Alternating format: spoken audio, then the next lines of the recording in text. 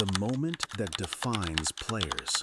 Every game has a moment when the ball comes to you. Your team is struggling, nothing is working, nobody is creating anything, and someone has to take responsibility. But you choose the safe option, not because you cannot do more, not because you lack ability, but because something inside your mind stops you. Today, we are talking about why good players are not afraid to take initiative when their team needs them the most, and what truly separates the players who dominate matches from the players who simply participate in them.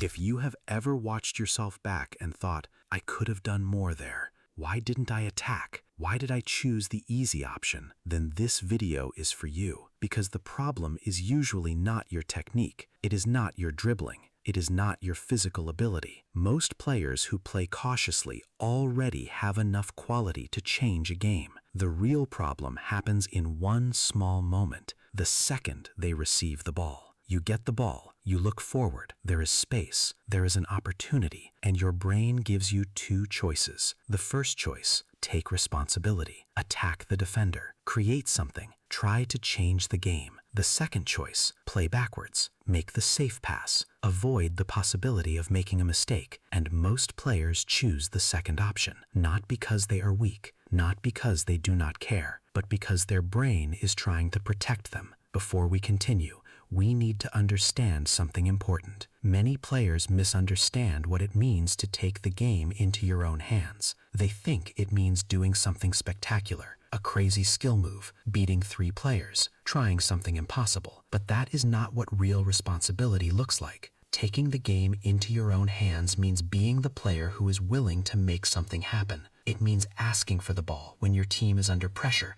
instead of hiding from it. It means making the decision that can change the match. A pass, a shot, a run, a moment of courage. And most importantly, it means accepting responsibility for the outcome, because you might become the reason your team wins, but you might also become the reason your team loses. And this is exactly where most players struggle, not with football, with fear. Here is the uncomfortable truth. Most players are not afraid of the game. They are afraid of the consequences of making a mistake. Reason 1, fear of being blamed. Think about it. Nobody will blame you for a safe pass, a simple sideways pass, a backwards pass, a decision that changes nothing. Nobody remembers those moments. Nobody gets angry. Nobody points at you. But try a difficult pass between defenders and lose the ball. Try to beat an opponent and fail. Take a shot and miss. Suddenly, everyone notices. The coach sees it, your teammates see it, the opponents see it, and your brain remembers that feeling. So your mind creates a simple calculation. The risk of being blamed is bigger than the reward of changing the game. And because of that, you choose the safe option. You become invisible. But here's the problem. Invisible players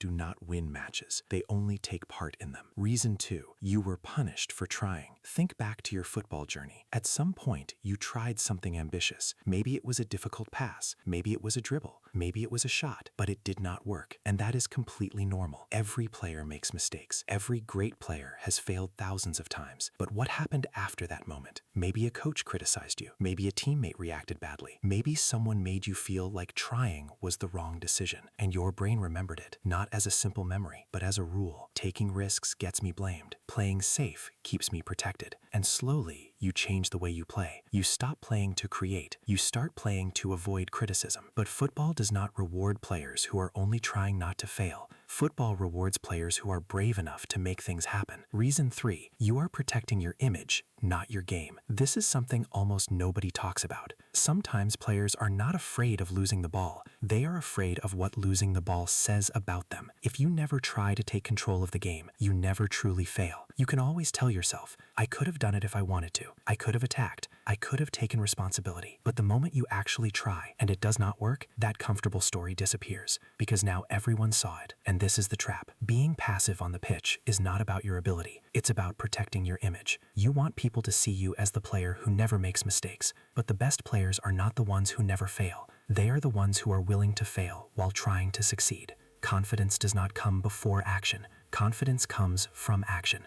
You build confidence by repeatedly doing the things you are afraid of until they no longer control you. The difference between a team player and an invisible player. Many players have heard the same phrase their entire career: play simple. And there is nothing wrong with playing simple. Football is about making the right decision. But many players misunderstand what that means. They start believing that being a good teammate means never taking risks, never demanding the ball, never trying to decide the game. They hide their courage behind discipline. They think being invisible means being reliable, but it does not. Look at the players who truly control matches. They are not reckless, they are decisive. They understand the difference between risky football and brave football. Risky football is doing something stupid without a reason, trying a difficult action just to look impressive, taking unnecessary risks. Brave football is different. Brave football is making the right decision even when there is a chance it might not work. Great players are not the ones who never lose the ball. Great players are the ones who are willing to lose the ball while trying to create something important. What this is really costing you. Here is what nobody tells you. Playing safe does not actually protect you. It only delays the moment when you have to face the thing you are afraid of. Because if you never take risks, you never develop the qualities that come from taking risks. You never build calmness under pressure. You never build trust from your teammates. You never build the reputation of being the player who always wants the ball in important moments. Coaches do not remember the player who never made mistakes. They remember the player who wanted responsibility, the player who wanted to change the result, the player who was brave enough to try. Playing safe your entire career is a quiet type of failure. Nothing dramatic happens. You simply stay the same player. Yesterday, last week, last month. And the worst part is,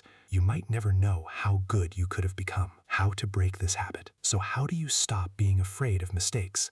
Not by simply telling yourself, be confident. Confidence is not created by words. It is created by actions. Step 1. Create your rule before the game. Do not wait for the moment to decide. Decide before the game starts. Tell yourself, if I receive the ball facing forward and I have space, I will attack. No hesitation. When you remove the decision from the moment, you remove the fear. Your brain does not have time to create excuses. Step 2. Count attempts, not results. After the game, stop asking, did it work?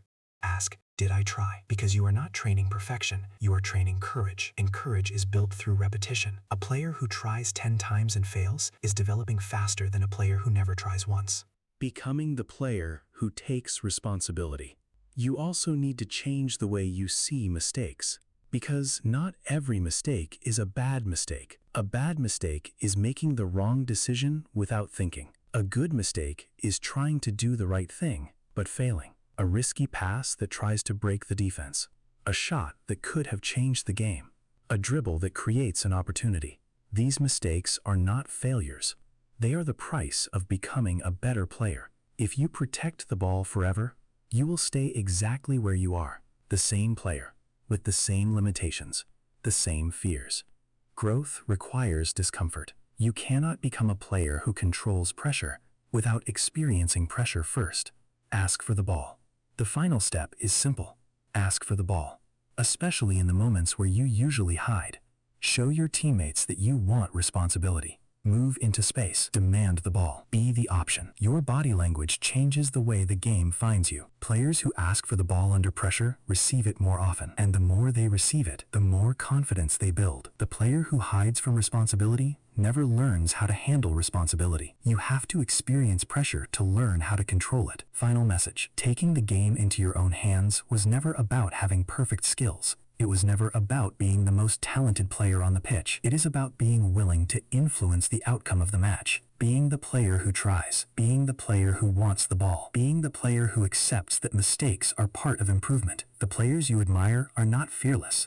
They feel doubt. They feel the fear of making mistakes. The difference is simple. They decided that the cost of staying invisible is higher than the cost of failing in front of everyone. Because failing while trying to win is better than succeeding while hiding. So the next time the ball comes to you in that important moment, do not ask yourself, what if I lose the ball? What if I make a mistake? Ask yourself, what happens if I never try? Because the biggest regret for a player is not losing the ball. The biggest regret is knowing you had the ability, but you never showed it. Call to action. If you watched this video until the end, then you probably got something valuable from it. Leave a like if you enjoyed it, and write in the comments, what was the moment when you played safe instead of taking a risk? What situation on the pitch do you struggle with the most? Subscribe if you want more content about football mentality, confidence, decision-making, and becoming the player you know you can become. And if you still have questions, write them in the comments. I will do my best to help. Keep working, keep improving, and remember, the next time the game needs someone to take responsibility, be that player. See you in the next one.